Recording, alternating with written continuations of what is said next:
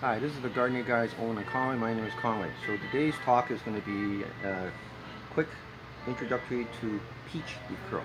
This is a disease that's very common, especially on peaches and I believe nectarines and apricot, but especially on peaches right now, where this particular disease will actually attack the young leaves when they're wet. So this disease can only get into young leaves when they're sort of wet in there right now for it. Once the leaves get more mature, they usually are not much of an issue.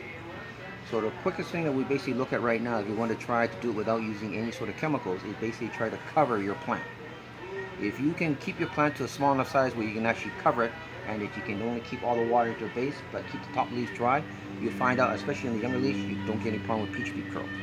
If you do have peach leaf curl, then spraying is one particular option, although you have to sort of start the spraying starting in the fall and into the early spring right now.